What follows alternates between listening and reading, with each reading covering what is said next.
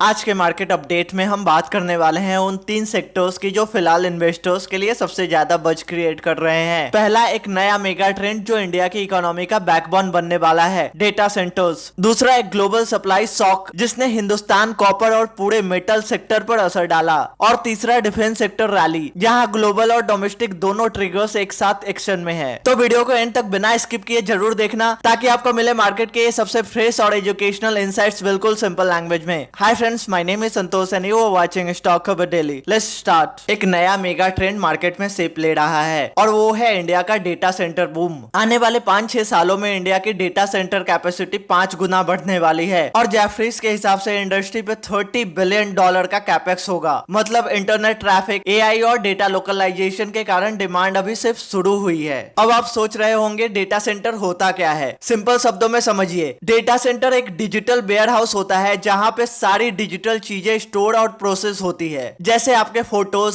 Videos, bank transactions, OTT content, e commerce orders और अब तो एआई के मॉडल्स भी। मतलब इंटरनेट चलाने के लिए जो इंजन रूम है वो डेटा सेंटर ही है। इसके बिना आज का डिजिटल वर्ल्ड इमेजिन ही नहीं किया जा सकता। ना यूपीआई चलेगा, ना नेटफ्लिक्स, ना ही व्हाट्सएप बैकअप सेफ रहेगा। इसी वजह से डेटा सेंटर को अब एक एसेंशियल इंफ्रास्ट्रक्चर माना जा रहा है, जैसे बिजली और सड़क। कोटक इंस्टीट्यूशनल इक्विटीज का कहना है कि FY28 तक ये मार्केट क्वाड्रपल होगा, यानी 4 गुना, और FY30 तक इंडिया की टोटल पावर कैपेसिटी का 4 to 5% सिर्फ डेटा सेंटर्स कंज्यूम करेगा। मतलब ये एक ही थीम से पावर सेक्टर, रिन्यूएबल एनर्जी और ग्रिड इंफ्रास्ट्रक्चर सबके लिए ग्रोथ के नए दरवाजे खुल रहे हैं। और सिर्फ पावर ही नहीं, डेटा सेंटर्स के इकोसिस्टम में real estate, electrical systems, cooling solutions, racks and fit outs और नेटवर्क इंफ्रा जैसी चीजों में भी $multi-billion अपॉर्चुनिटीज क्रिएट हो रही है। मुंबई, चेन्नई, हैदराबाद और पुणे जैसे सिटीज इस बूम के एपी सेंटर बन रहे हैं, क्योंकि इनके पास सबमरीन केबल एक्सेस और सपोर्टिव स्टेट पॉलिसीज है। अब सवाल आता है, किस सेक्टर को फायदा मिलेगा।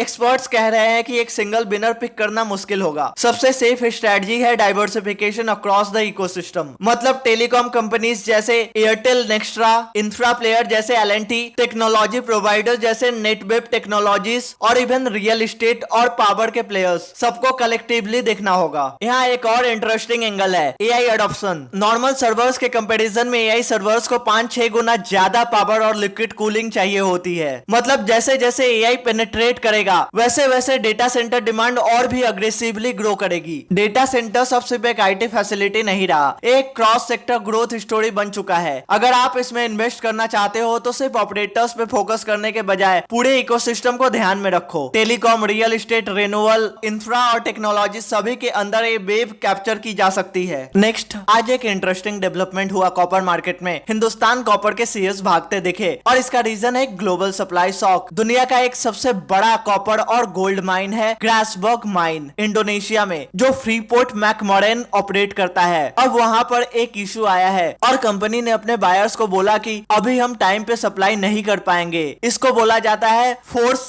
मेज्योर। मतलब एक ऐसी सिचुएशन जहां कंपनी के कंट्रोल के बाहर है और वो अपना कॉन्ट्रैक्ट पूरा नहीं कर पाती। अब इसका इंपैक्ट क्या हुआ? मार्केट में एकदम से न्यूज आई कि 2026 में ग्रासबर्ग की प्रोडक्शन 35% कम हो सकती है। मतलब सप्लाई टाइट हो गई और डिमांड तो वैसे ही स्ट्रॉन्ग है। इसी वजह से संघाई एक्सचेंज पर कॉपर प्राइसेस 6 मंथ हाई तक पहुंच गए। अब सोचिए, जब ग्लोबल लेवल पर कॉपर की सप्लाई कम होगी तो उसका सीधा फायदा उन कंपनीज को होगा जो इंडिया में कॉपर प्रोड्यूस करती है। और यहीं पे आता है हिंदुस्तान कॉपर, जो इंडिया का एकमात्र इंटीग्रेटेड कॉपर प्रोड्यूसर है। स्टॉक ने तुरंत पॉजिटिव रिएक्ट किया और ऊपर चला गया। रिटेल इन्वेस्टरों के लिए यहाँ एक लर्निंग है, कमोडिटीज में सप्लाई डिमांड बैलेंस काफी सेंसिटिव होता है। एक माइन बंद हो जाए या प्रोटेस्ट हो तो प्राइसेस जंप कर जाते हैं और उसका इंपैक्ट आपको रिलेटेड इंडियन स्टॉक्स में तुरंत दिख जाता है। हिंदुस्तान कॉपर के शेयर्स में लगभग 6% की तेजी देखने को मिली। पिछले एक साल में स्टॉक का 52% हाई और लो काफी अलग रेंज में रहा है, जो इस सेक्टर की वॉलेटिलिटी को दिखाता है। कंपनी अब मिड कैप कैटेगरी में आती है और ग्लोबल डेवलपमेंट का इसका परफॉर्मेंस पर सीधा असर पड़ता है। एक ऐसे क्लियर रिमाइंडर है कि ग्लोबल इवेंट्स का सीधा असर इंडियन स्टॉक्स पे भी होता है। अगर आप कमोडिटीज या मेटल सेक्टर में इन्वेस्ट कर रहे हो तो हमेशा ये समझना जरूरी है कि सिर्फ लोकल न्यूज नहीं बल्कि ग्लोबल सप्लाई चेन भी आपके रिटर्न्स डिसाइड करती है। नेक्स्ट, आज डिफेंस सेक्टर के शेयर्स में एक अच्छी तेजी देखने को मिली। निफ्टी डिफेंस इंडेक्स ने 3 दिन की गिरावट के बाद बाउंस दिखाया और इस रैली में लीड किया कोचिन शिपयार्ड, मैजागन डॉक और जीआरएसई ने। अब इसका ट्रिगर क्या था? ग्लोबल लेवल पर एक बड़ी डेवलपमेंट हुई। यूएस प्रेसिडेंट डोनाल्ड ट्रंप ने यूनाइटेड नेशंस जनरल असेंबली के दौरान यूक्रेन को सपोर्ट करने की बात कही, जिसके बाद यूरोपियन डिफेंस कंपनीज के शेयर्स तेज हो गए। और क्योंकि इंडियन डिफेंस फर्म्स जैसे एचएएल, भारत इलेक्ट्रॉनिक्स, मैजागन डॉक और कोचिन शिपयार्ड के यूरोप में पार्टनरशिप और एक्सपोर्ट्स है, तो उन पर भी पॉजिटिव सेंटीमेंट दिखने लगा। इसके अलावा डोमेस्टिक लेवल पर भी एक इंपॉर्टेंट फैक्टर था। Ministry of defence